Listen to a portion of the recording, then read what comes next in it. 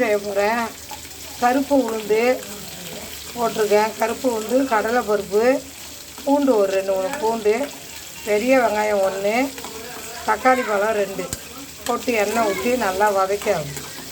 புதினா, மல்லிக்கீரை, கருவேப்பிலை எல்லாத்தையுமே ஒன்றா அது பாதி வதங்கின பிறகு அதையும் இதில் போட்டு வதக்குறோம்.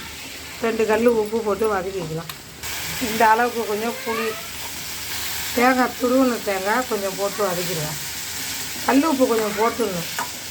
2 பச்சை மிளகாய், 1 துண்டு இஞ்சி போட்டுக்கோ. எல்லாமே வதக்கி நல்லா வதக்கி விட்டு அப்படியே சட்னி அரைச்சி தோசைக்கும் இட்லிக்கும் தொட்டு சாப்பிட்டா அவ்வளோ சூப்பராக இருக்கும் இந்த சட்னி.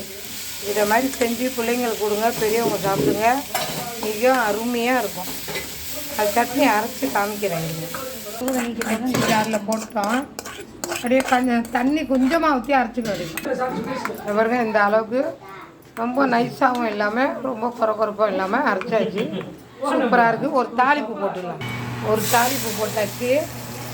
காஞ்ச மிளகா, கடுகு போட்டு இங்கே பாருங்க சூப்பராக இருக்குது. இப்போ இட்லிக்கு வச்சு சாப்பிட வேண்டியதான். சுட சுட இட்லி ஆவி பறக்க 2 இட்லி எடுத்து வச்சுப்போம். எடுத்து வச்சு இந்த சட்னியை வச்சு பிள்ளைங்களுக்கு கொடுத்தா அவ்வளோ அருமையாக இருக்கும். சூப்பராக இதேமாரி செஞ்சு பிள்ளைங்களுக்கு கொடுங்க. நீங்களும் சாப்பிடுங்க. லைக் பண்ணுங்கள், ஷேர் பண்ணுங்கள், கமெண்ட் பண்ணுங்கள். உளுத்தப்பயிறு போட்டு பாருங்கள் எவ்வளோ சூப்பராக இருக்குன்னு. உளுத்தப்பயிறு சட்னி.